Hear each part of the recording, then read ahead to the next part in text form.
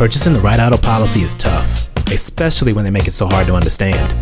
You want to trust that your agent will pick the right coverage for you, but you just don't know until an accident actually happens. Well, I'm going to show you what to look for when you're purchasing your auto policy.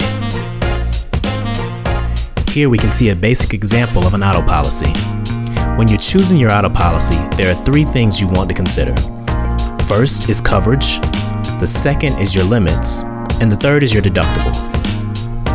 The coverage section details what exactly your policy will protect you from in the event of an accident or an emergency.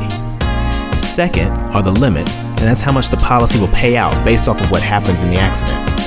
And the third is the deductible, which is how much you will be responsible for when your vehicle is damaged or if there's an emergency. In this video, I'm going to discuss bodily injury coverage. And bodily injury coverage will protect you, the policyholder, if you ever cause an accident and cause bodily injury to another driver, a pedestrian, or an unrelated passenger in your vehicle. The bodily injury coverage is considered third-party coverage and can help to cover medical expenses, lost income compensation, and legal fees resulting from the accident.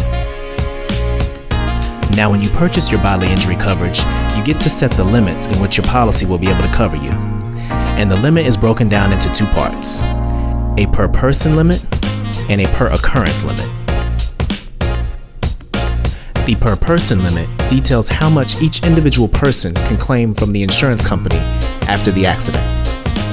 The per occurrence limit details how much the insurance company will pay out in total for all the injuries for that one accident.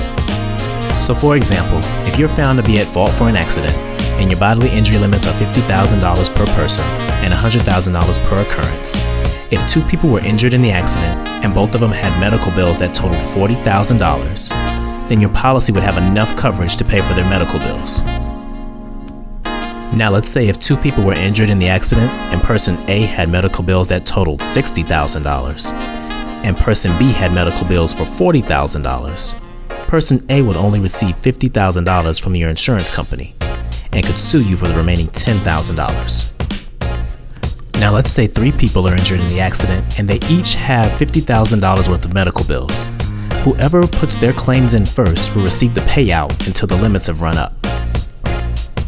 Each state has a minimum bodily injury requirement that each person has to carry on their policy. I'll place a link to this chart in the description below. You can also have what's called a combined single limit, where it's one limit amount that is used to pay for all of the bodily injury and all the property damage expenses.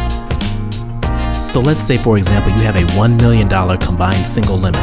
The insurance company will pay out all of the bodily injury claims and all the property damage claims up until that $1 million limit is reached.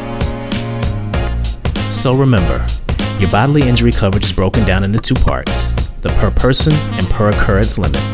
The per person details how much each person will get from the accident, and per occurrence details how much the insurance company will pay out in total. If you found this information helpful, share it with a friend. And as always, thank you for allowing the Insurance Quotient to keep you informed.